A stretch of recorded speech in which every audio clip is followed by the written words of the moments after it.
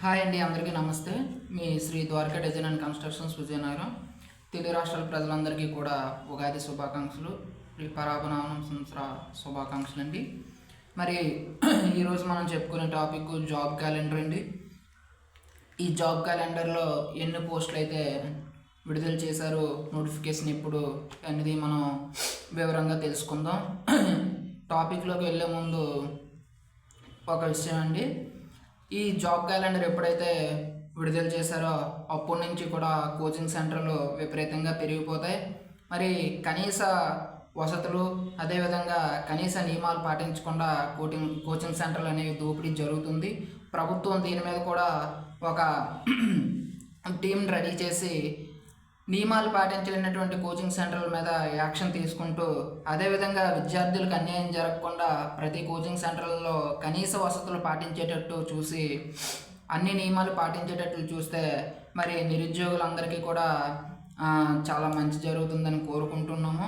అదేవిధంగా ప్రభుత్వం తరపున ఒక కోచింగ్ సెంటర్ అనేది, జిల్లాకు ఒక కోచింగ్ సెంటర్ అనేది, మన గవర్నమెంట్లో కూడా గవర్నమెంట్ టీచర్స్, లెక్చరర్స్ అనేవాళ్ళు చాలా అనుభవజ్ఞులైన వారు ఉన్నారు. అదేవిధంగా రిటైర్డ్ లెక్చరర్స్ కూడా ఉన్నారు. వారి యొక్క సేవల్ని కోచింగ్ సెంటర్లకు వెళ్ళినటువంటి వారు ఉంటారు. అదేవిధంగా ప్రతి విద్యార్థి కూడా కోచింగ్ సెంటర్కి వెళ్ళి చదువుకోలేని స్థితిలో ఉండరు, ప్రతి ఉంటారు.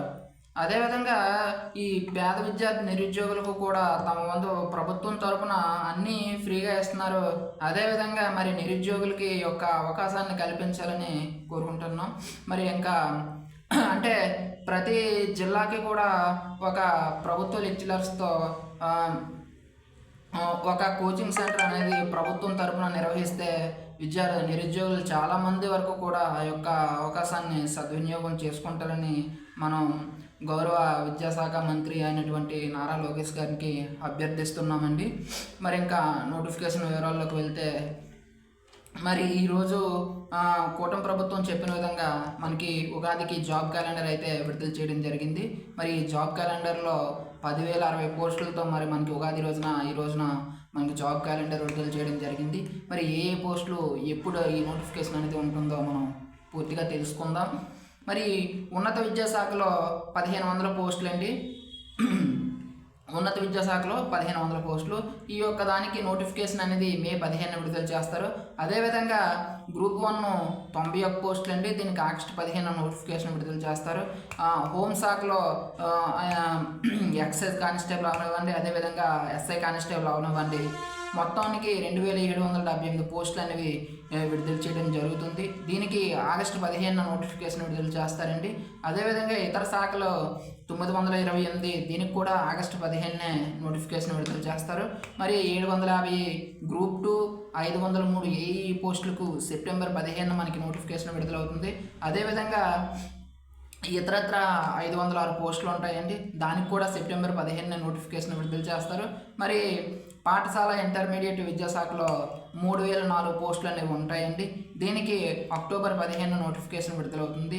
డిఎస్సిలో ఈ యొక్క పోస్టులు అనేవి వివరించడం జరుగుతుంది. మరి ఈ విధంగా ప్రతి ఏటా కూడా మనకి జాబ్ క్యాలెండర్ అనేది విడుదల చేస్తారని మంత్రి గారు చెప్పడం జరిగింది. సో మరొకసారి ఈ యొక్క ఉగాది రోజున మనకి ఈ యొక్క నిరుద్యోగులకి ఈ యొక్క విషయం అనేది చాలా ఆనందదాయకమండి.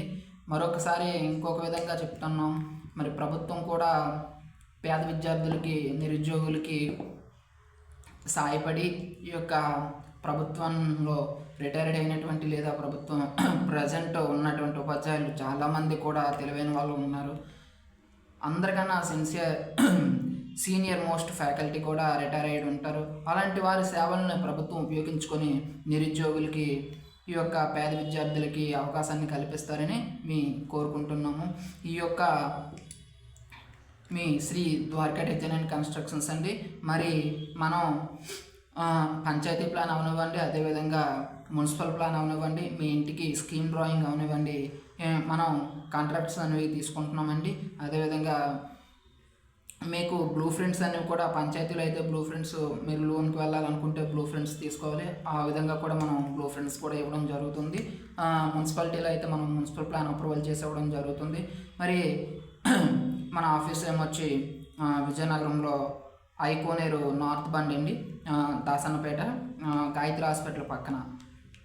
సో ఈ యొక్క కంటెంట్ మీకు ఉపయోగపడినట్లయితే నా యొక్క ఛానల్ని లైక్ చేసి, షేర్ చేసి, సబ్స్క్రైబ్ చేస్తారని కోరుకుంటున్నాను.